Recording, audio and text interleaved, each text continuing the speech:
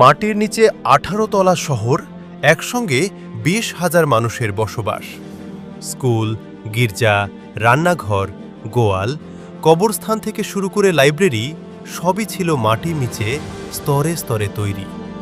২০০০ বছরের পুরনো রহস্যময় এই শহরটি তুরস্কের আনাতোলিয়ার কাপাদোকিয়ায় অবস্থিত ভূগর্ভস্থ শহর ডেরিংকুয়ু। ১৯৬৩ সালে একটি বাড়ি মেরামতের সময় আবিষ্কৃত হয় লুকিয়ে থাকা এই শহরটি। অঞ্চলটি ছিল অগ্ন্যুৎপাতের জন্য বিখ্যাত। কয়েক মিলিয়ন বছর আগে ভয়াবহ অগ্ন্যুৎপাতে সমস্ত এলাকা যখন নরম আগ্নেয় শিলায় ঢেকে যায়, তখন আনাতোলিয়ার প্রাচীন আদিবাসীরা সেই নরম শিলা খুঁড়ে তৈরি করা শুরু করে ঘরবাড়ি। ধীরে ধীরে মাটির নিচে তৈরি হয় আস্ত শহর। শহরটি জুড়ে রয়েছে বরাবর সুড়ঙ্গ। এই সুড়ঙ্গ পথগুলো যুক্ত করেছে বিভিন্ন গুহাকে। এসব গুহা ছাড়াও এখানে ছিল কয়েকটি উপাসনালয়। ইতিহাসবিদদের মতে ৮ম খ্রিস্টপূর্বাব্দে গ্রিকরা এই শহর গড়ে তোলেন। কেউ ধারণা করেন ফ্রিজিয়ানদের আক্রমণ থেকে বাঁচার জন্য খ্রিস্টপূর্ব ১২০০ অব্দের দিকে হিটিয়রা ডেরিংকুয়ু শহরের গোড়াপত্তন করে।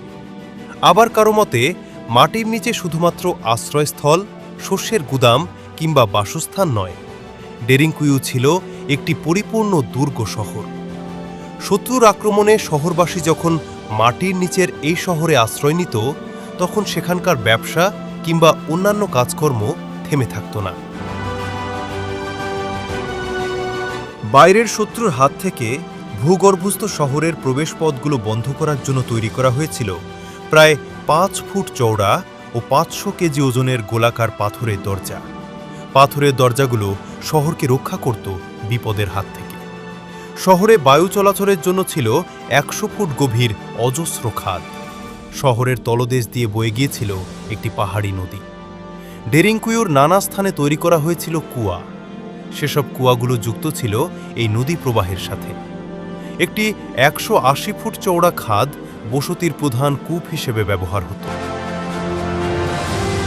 গবেষকদের মতে আনাতোলিয়ার কাপাদোকিয়াতে ভূগর্ভস্থ বসতির সংখ্যা ১০০০-এর কাছাকাছি। সেগুলোর মধ্যে ৪৪৫ বর্গ কিলোমিটার এলাকা জুড়ে থাকা ডেরিংকুয়ু শহরটি বৃহত্তম। ১৯৬৯ সাল থেকে গোটা শহরের মাত্র ১০% স্থান দর্শকদের জন্য উন্মুক্ত করে দেওয়া হয়।